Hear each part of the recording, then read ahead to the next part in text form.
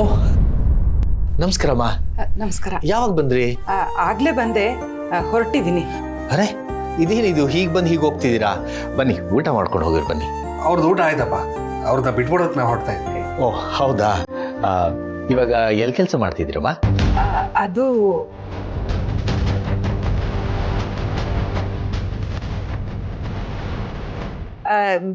ಮುಂಚೆ ಎಲ್ಲಿ ಕೆಲಸ ಮಾಡ್ತಿದ್ನೋ ಅಲ್ಲೇ ಮಾಡ್ತಿದ್ದೀನಿ. ಅವರು ತುಂಬಾ ಒಳ್ಳೆಯವರು, ಚೆನ್ನಾಗಿ ನೋಡ್ಕೋತಾರೆ ನನ್ನ. ಈ ಕಡೆನೆ ಬಂದಿದ್ದೆ, ವೀಣಾ ಒಂದ್ಸಲ ನೋಡ್ಕೊಂಡು ಹೋಗೋಣ ಅಂತ ಬಂದೆ. ಒಳ್ಳೇದಾಯ್ತು, ನಿಮ್ಮ ಮನೆ ಅಂತ ಅನ್ಕೊಳ್ಳಿ. ಯಾವಾಗ ಬೇಕಾದ್ರೂ ಬನ್ನಿ. ನೀವು ಬರ್ತಾ ಇದ್ರೆ ನಾವು ವೀಣಿಗೂ ಖುಷಿ ಆಗ್ತದೆ. ಬರ್ತೀನಿ. ನಮಸ್ಕಾರ.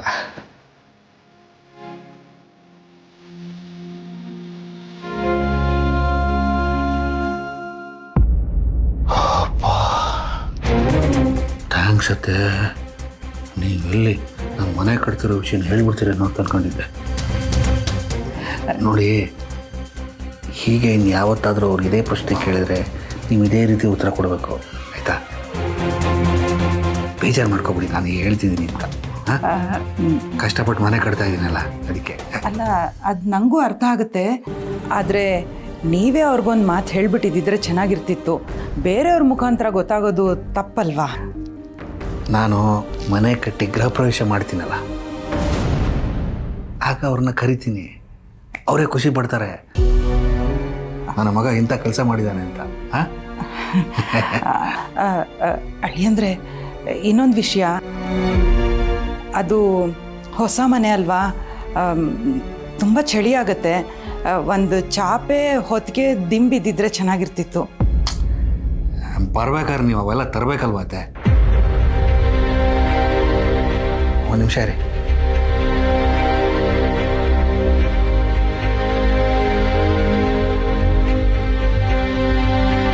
ಇದನ್ನ ಇಟ್ಕೊಳ್ಳಿ, ನಿಮ್ಗೇನು ಬೇಕೋ ಅದನ್ನು ತಗೊಳ್ಳಿ.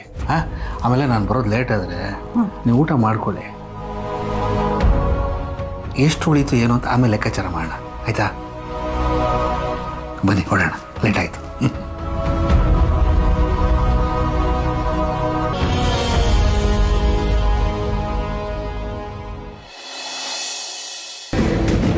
ರವಿ, ಈ ಆಕ್ಸಿಡೆಂಟ್ ಕೇಸ್ ಬಗ್ಗೆ ಯಾವುದೇ ರೀತಿ ಡೆವಲಪ್ಮೆಂಟ್ ಆಗೋ ಥರ ನನಗೆ ಕಾಣಿಸ್ತಿಲ್ಲ. ಅದಕ್ಕೆ ನಾನೊಂದು ಸ್ಟೆಪ್ ತೊಗೊಂಡಿದ್ದೀನಿ. ಸ್ಟೆಪ್ಪ? ಏನು ಸ್ಟೆಪ್ ಬಂಗಾರಿ? ಅದು ಏನು ಮಾಡೋಕ್ಕೆ ಹೊರಟಿದ್ಯಾ? ನಾನೀಗಾಗಲೇ ಮುನಿಸ್ವಾಮಿ ಅವ್ರ ಹತ್ರ ಮಾತಾಡಿದ್ದೀನಿ.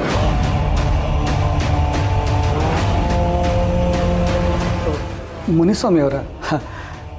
ಬಂಗಾರಿ, ಮೊದಲೇ ಮುನಿಸ್ವಾಮಿ ಅವ್ರಿಗೂ ಜೋರೇಗೌಡರಿಗೂ ಎಣ್ಣೆ ಸಿಗೋಕ್ಕಾಗಿದ್ದ ಹಾಗೆ ನೀನು ಹೋಗಿ ಅವ್ರ ಹತ್ರ ಮಾತಾಡಿದೀನಿ ಅಂತ ಹೇಳ್ತಿದ್ಯಲ್ಲ? ಇಲ್ಲ ರವಿ, ಈ ಭಾವನ ನಂಬ್ಕೊಂಡ್ರೆ ಏನೂ ಆಗಲ್ಲ. ನಾನೇನೋ ಆ ಭಾವನ ಜವರೇಗೌಡ್ರ ಹತ್ರ ಮಾತಾಡಿ ಈ ಕೇಸ್ನ ಮೂವ್ ಮಾಡಿಸ್ತಾಳೆ ಅಂತ ತುಂಬ ಎಕ್ಸ್ಪೆಕ್ಟ್ ಮಾಡಿದ್ದೆ. ಆದರೆ ಆ ಜವರೇಗೌಡ್ರಂತೂ ಈ ಕೇಸ್ ಬಗ್ಗೆ ನಯಾ ಪೈಸಾ ತಲೆ ಕೆಡ್ಸ್ಕೊತಾ ಇಲ್ಲ. ಅಲ್ಲ, ಆ ಭಾವನಾಗೆ ನನಗಿಂತ ಏನು ಎಲ್ಲರೂ ಗೊತ್ತಿದ್ದಾರಾ? ನಾನೇನು, ನನ್ನ ಪವರ್ ಏನು ಅಂತ ನಾನೇ ತೋರಿಸ್ತೀನಿ ರವಿ. ಮುನಿಸ್ವಾಮಿ ಅವ್ರ ಹತ್ರ ಮಾತಾಡಿ ಮೊದಲು SP ನ ಚೇಂಜ್ ಮಾಡೋದಕ್ಕೆ ಹೇಳಿದ್ದೀನಿ. ನೋಡ್ತಾ ಇರೋ, ಈ ಕೇಸ್ನ ನಾನು ಹೇಗೆ ಮೂವ್ ಮಾಡಿಸ್ತೀನಿ ಅಂತ. ಅಲ್ಲ ಬಂಗಾರಿ, ಯಾಕೆ ಏನೇನೋ ಮಾಡೋಕ್ಕೋಗಿ ಏನೇನೋ ಮಾಡ್ತಿದ್ಯಾ? ನೀನು ಜವರೇಗೌಡ್ರನ್ನ ಬಿಟ್ಟು ಮುನಿಸ್ವಾಮಿ ಅವ್ರ ಹತ್ರ ಮಾತಾಡಿದರೆ ಜವರೇಗೌಡ್ರಿಗೆ ಕೋಪ ಬಂದು ಮುಂದೇನಾದ್ರೆ ಏನು ಗತಿ? ಅಥವಾ ಈ ಕಂಪ್ಲೇಂಟ್ ರೇಸ್ ಮಾಡಿರೋದೇ ಜವರೇಗೌಡರು ಸೊಸೆ ಭಾವನಾ ಅಂತ ಮುನಿಸ್ವಾಮಿಯವ್ರಿಗೆ ಗೊತ್ತಾಗಿ ಅವ್ರ ಪೊಲಿಟಿಕಲ್ ಬೆನಿಫಿಟ್ಗೆ ಈ ಕೇಸ್ನ ಡೈವರ್ಟ್ ಮಾಡಿದರೆ ಏನು ಮಾಡೋದು? ಹಾಗೆಲ್ಲ ಏನೂ ಆಗಲ್ಲ ರವಿ, ನೀನು ಸುಮ್ಮನೆ ನನ್ನ ತಡಿಬೇಡ. ಮುನಿಸ್ವಾಮಿ ಅವರು ಜವರೇಗೌಡ್ರ ಮೇಲಿರೋ ಕೋಪಕ್ಕಾದರೂ ಈ ಕೇಸ್ನ ಮೂವ್ ಮಾಡಿಸ್ತಾರೆ. ನೋಡ್ತಾ ಇರೋ, ಅದು ಎಷ್ಟು ದುಡ್ಡು ಖರ್ಚಾದರೂ ಪರವಾಗಿಲ್ಲ, ಈ ಕೇಸ್ನ ನಾನು ಎಲ್ಲಿಗೆ ತೊಗೊಂಡು ಹೋಗ್ತೀನಿ ಅಂತ. ಮೊದಲು ಆ ಆಕ್ಸಿಡೆಂಟ್ ಮಾಡಿಸೋದು ಸಿಗಬೇಕು ರವಿ. ಅಲ್ಲಿವರೆಗೂ ನನಗೆ ನೆಮ್ಮದಿನೂ ಇಲ್ಲ, ನಿದ್ದೆನೂ ಇಲ್ಲ. ಹಾಗಂತ ನಾನು ಈ ಕೇಸ್ನ ಮಾತ್ರ ಕೈ ಚೆಲ್ಲಿ ಕೂತ್ಕೊಳ್ಳಲ್ಲ.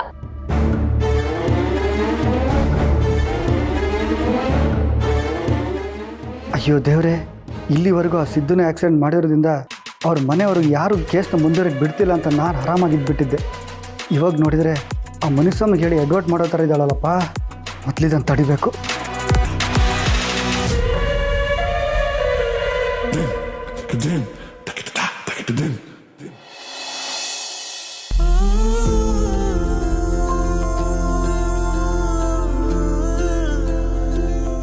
ಲಕ್ಷ್ಮಿ, ರೀ ಏನಾದರೂ ಬೇಕಿತ್ತಾ?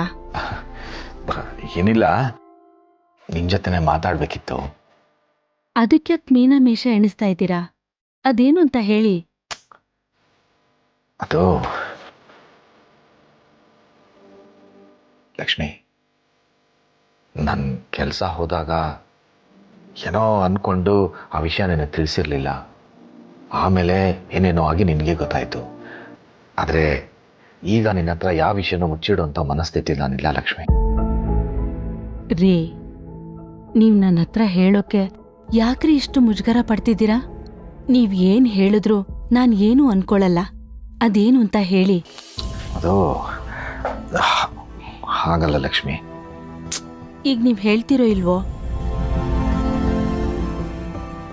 ನಮ್ಮ ಕೆಲಸ ಹೋದಾಗ ಚೆನ್ನಪ್ಪ ದೇವ್ರ ಥರ ಬಂದು ಅವನ ಆಟೋನ ನನಗೆ ಕೊಟ್ಟು ಇದರಲ್ಲಿ ಓಡಿಸಿ ಬದುಕು ಮಾಡ್ಕೊಳ್ಳಿ ಅಂತ ಕೊಟ್ಟ.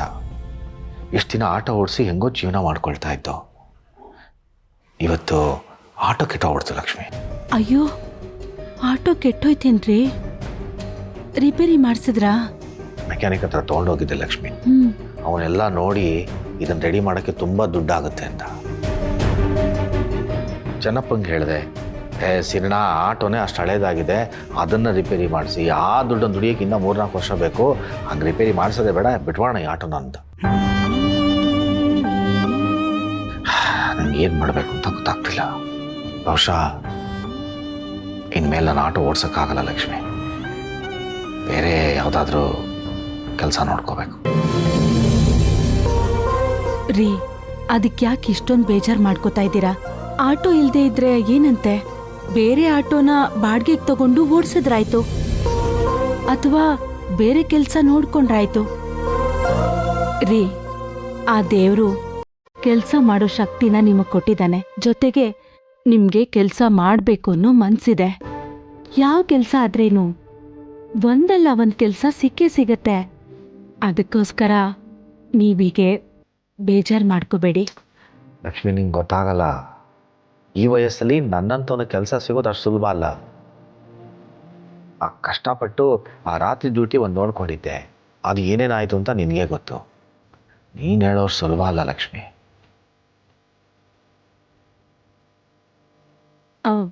ಪರವಾಗಿಲ್ಲ ಬಿಡ್ರಿ. ಒಂದು ವೇಳೆ ನೀವು ಹೇಳ್ದ ಹಾಗೆ ನಿಮಗೆ ಸದ್ಯದಲ್ಲೇ ಕೆಲಸ ಸಿಗದೆ ಹೋದ್ರೂ ಏನು ತೊಂದರೆ ಇಲ್ಲ. ಹಾ ರೀ, ಹೇಗಿದ್ರೂ ನಿಮ್ಮ PF ದುಡ್ಡು ಸ್ವಲ್ಪ ಇದೆಯಲ್ಲ ಬಾಕಿ, ಅದರಲ್ಲೇ ಖರ್ಚು ಮಾಡಿದ್ರಾಯ್ತು. ಮುಂದೆ ನೋಡ್ಕೊಳ್ಳೋಣ. ಲಕ್ಷ್ಮಿ, ನಿಂಗೇನಾದರೂ ಬುದ್ಧಿ ಇದೆಯಾ? ಹಿಂಗೆ ಪ್ರತಿ ಸಲ ಏನೋ ಅನಿವಾರ್ಯ ಅಂತ ಹೋಗಿ ಆಗಲೇ ದುಡ್ಡನ್ನು ತೆಗೆದು ಖರ್ಚು ಮಾಡ್ಕೊಂಡಿದ್ದೀವಿ. ಈಗ ಮತ್ತೆ ಕೈ ಹಾಕಿದ್ರೆ ನಾವು ಮನೆ ಕಟ್ಟಬೇಕು ಅನ್ನೋ ಕನಸಾಗಿ ಉಳ್ಕೊಳತ್ತಷ್ಟೆ. ಒಪ್ಕೋತೀನ್ರಿ, ಆ ದುಡ್ಡನ್ನ ಮನೆ ಕಟ್ಟೋಕೆ ಅಂತಾನೆ ಇಟ್ಟಿರೋದು. ಆದ್ರೆ ಅದಕ್ಕೂ ಮುಂಚೆ ನಾವ್ ಈಗಿನ ಅವಶ್ಯಕತೆನ ಪೂರೈಸ್ಕೋಬೇಕಲ್ವಾ? ಯಾವಾಗ್ಲೂ ಮನೆ ಕಟ್ಟೋದಕ್ಕೋಸ್ಕರ ಇವಾಗಿರೋ ಕಷ್ಟಕ್ಕೆ ಆ ದುಡ್ಡನ್ನ ಬಳಸ್ಕೊಳ್ದೆ ಹೋದ್ರೆ ಹೇಗ್ ಹೇಳಿ? ನೋಡಿ, ನಾವೇನು ದುಂದು ವೆಚ್ಚ ಮಾಡೋದಕ್ಕೆ ಆ ದುಡ್ಡನ್ನು ತಗೋತಿಲ್ಲ ತಾನೇ. ತೀರಾ ಬೇಕೇ ಬೇಕು ಅನ್ನೋ ಸಮಯ ಬಂದಾಗ ಬೇರೆ ಯೋಚನೆ ಮಾಡೋದಕ್ ಬದಲು ಇರೋದನ್ನ ಖರ್ಚು ಮಾಡ್ಕೊಂಡ್ರೆ ಏನ್ ತಪ್ಪಿದೆ ರೀ?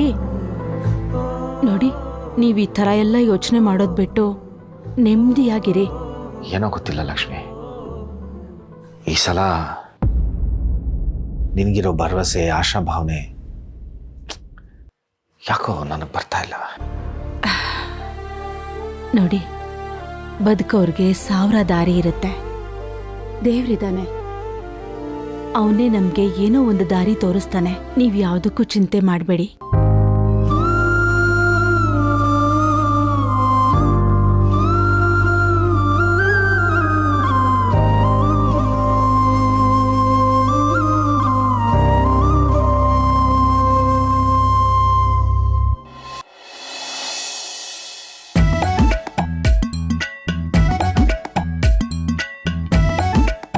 ರೀ ಹಾಂ, ವಿಷಯ ಗೊತ್ತಾಯ್ತಾ?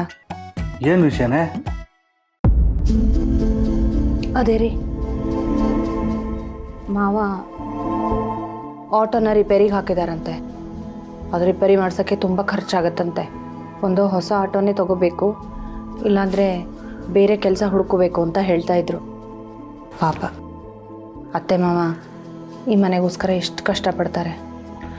ಈ ವಯಸ್ಸಲ್ಲಿ ಮಾವ ಅದೆಷ್ಟು ದುಡಿಬೇಕೋ ಏನೋ. ಅಲ್ಲ ಕಣೆ, ನಿನ್ನ ಕಣ್ಣಿಗೆ ನಿಮ್ಮ ಅತ್ತೆ ಮಾವ ಮಾತ್ರ ಕಷ್ಟಪಟ್ಟು ದುಡ್ತಿರೋದಾ? ನಿನ್ನ ಗಂಡ ನಾನು ಕಷ್ಟಪಟ್ಟು ದುಡಿತಾ ಇಲ್ವಾ? ದೊಡ್ಡದಾಗಿ ಹೇಳಕ್ಕೆ ಬಂದ್ಬಿಟ್ಲಿ. ಅಯ್ಯೋ, ನಾನೆಲ್ರಿ ಹಾಗಂದೆ. ನಾನೇನೋ ಹೇಳಿದ್ರು ನೀವೇನೋ ಹೇಳ್ತೀರಪ್ಪ. ಅವರಿಗೆ ಆಟೋ ಓಡ್ಸಕ್ಕೆ ನಾವೇ ಹೇಳಿದ್ವಿ, ಅವ್ರ ತಾನೇ ಹೋಗಿತ್ತು. ಈಗ ಅನ್ಭವಿಸ್ಲಿ ಬಿಡು. ರೀ ಏನು ರೀ ಇಷ್ಟೆಲ್ಲ ಮಾತಾಡ್ತೀಯಲ್ಲ? ನಿಮ್ಮ ಮಾವಂಗೆ ರಿಟೈರ್ಮೆಂಟ್ ಆಯ್ತಲ್ಲ, ಅದರಲ್ಲಿ ದುಡ್ಡು ಬಂತಲ್ಲ, ಆ ದುಡ್ಡನ್ನು ನನ್ನ ಕೈಯಲ್ಲಿ ತಂದು ಕೊಟ್ಟು ಸಂತೋಷ, ಇನ್ಮೇಲೆ ನಿಂದೆ ಅಪ್ಪ ಈ ಮನೆ ಜವಾಬ್ದಾರಿ ಅಂತ ಕೊಟ್ಟಿದ್ರೆ ನಾನೇನಾಗಲ್ಲ ಅಂತಿದ್ನ. ಹಾ ರಿಟೈರ್ಮೆಂಟ್ ದುಡ್ಡು ತಗೊಂಡು ಮನೆ ನಡೆಸೋದಕ್ಕೆ ನೀವೇ ಆಗ್ಬೇಕಾ? ಅದನ್ನ ನಾನು ಮಾಡ್ತೀನಿ ಬಿಡ್ರಿ. ನಿಜವಾಗ್ಲೂ ನೀವು ಈ ಮನೆನ ನಡೆಸ್ತಿದ್ರಾ? ರೂಪಾಯಿ ಕೂಡ ಹಾಕಿಡೋ ನೀವು ಮನೆ ಜವಾಬ್ದಾರಿ ತಗೋತಿದ್ರಾ? ಬಾಯಲ್ಲಿ ಹೇಳಿದಷ್ಟು ಸುಲಭ ಅಲ್ಲ ಕಾರ್ಯರೂಪಕ್ಕೆ ತರೋದು. ಮುಚ್ಚೆ ಬಾಯಿ ಸಾಕು. ಈ ಮನೆಗೆ ದುಡ್ಡು ತಂದು ಹಾಕ್ತಿರೋದು ನಾನು, ನೀನು ತರ್ತಿದ್ಯಾ? ನಾನು ತಂದು ಹಾಕಿದ್ದನ್ನು ತಿಂತ ಕೂತಿದ್ಯಾ? ಇಷ್ಟೆಲ್ಲ ಮಾತಾಡ್ತೀಯಾ? ಹೌದಾ? ಸರಿಯಾಗಿದ್ರೆ ನಾಳೆಯಿಂದ ನಿಮ್ಮ ದುಡ್ಡನ್ನೇ ಬೇಯಿಸ್ಕೊಂತೀನಿ. ಸಂತು,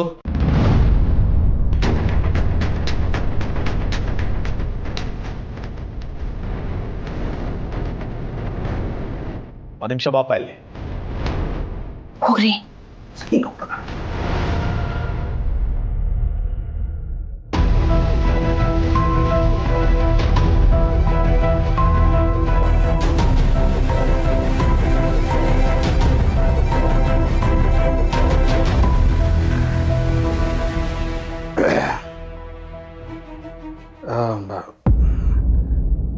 ಅದು ನಾನೆಲ್ಲ ಕೇಳಿಸ್ಕೊಂಡೆಪ್ಪ. ನನ್ನ ಆಟೋ ರಿಪೇರಿಗೆ ಬಂದಿರೋದು, ನನಗೆ ಹಣಕಾಸಿನಲ್ಲಿ ಇವಾಗ ಸ್ವಲ್ಪ ಕಷ್ಟ ಆಗಿರೋದು, ಅದೆಲ್ಲ ನನ್ನದೇ ಜವಾಬ್ದಾರಿ, ನಾನೇ ನಿಭಾಯಿಸ್ಕೊಳ್ತೀನಿ. ಮುಂದೆ ಏನು ಮಾಡಬೇಕು ಅನ್ನೋದನ್ನು ನಾನೇ ಯೋಚನೆ ಮಾಡ್ತೀನಿ. ಹಾಗಂತ ಮನೆ ಕಡೆ ಏನೂ ಕೊಡಲ್ಲ ಅಂತ ಅರ್ಥ ಅಲ್ಲ.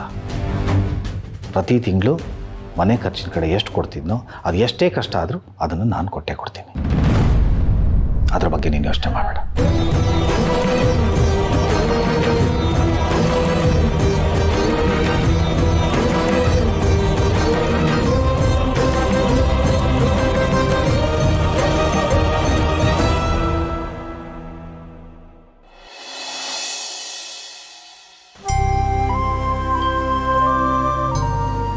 ಅಮ್ಮ,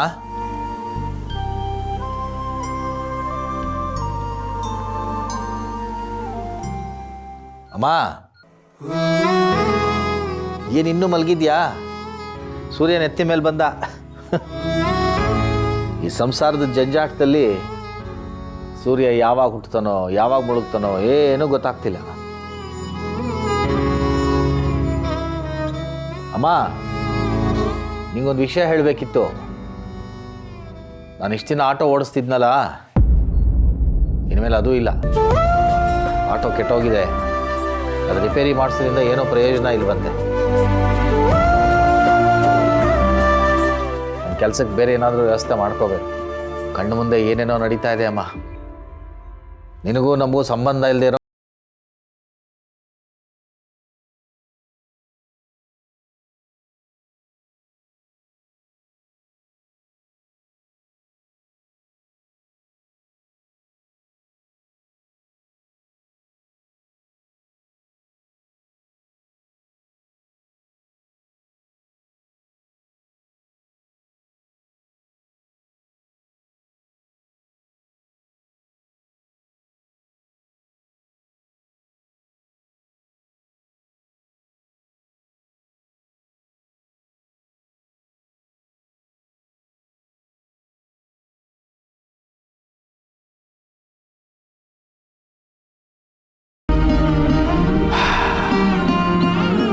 ಒಂದೇ ಸೂರ್ನಡಿ ಇದ್ದೀವಮ್ಮ.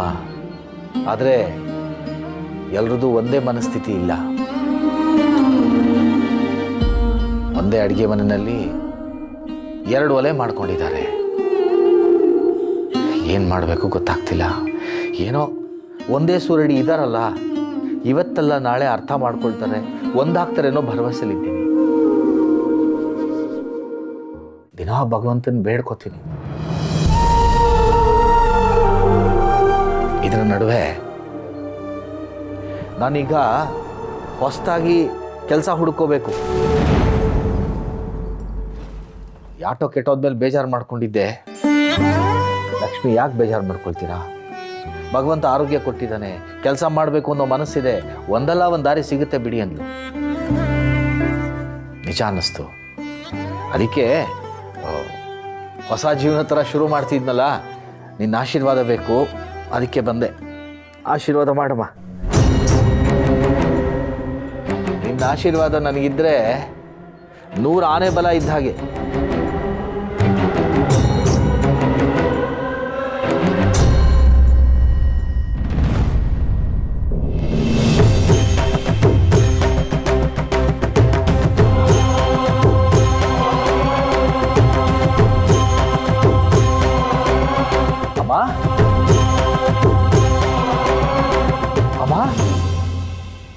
ಅಮ್ಮ, ನಾನು ಮಾತಾಡಿದೆಲ್ಲ ಕೇಳಿಸ್ತಾ? ಅಮ್ಮ, ಲಕ್ಷ್ಮಿ, ಸಂತು, ಅಮ್ಮ ಕೈಯಲ್ಲಿ ಗಡಿಸ್ತಾ ಇದ್ದಾರೆ. ಅಮ್ಮ, ಲಕ್ಷ್ಮಿ, ಲಕ್ಷ್ಮಿ ಬಾಯಿಲಿ.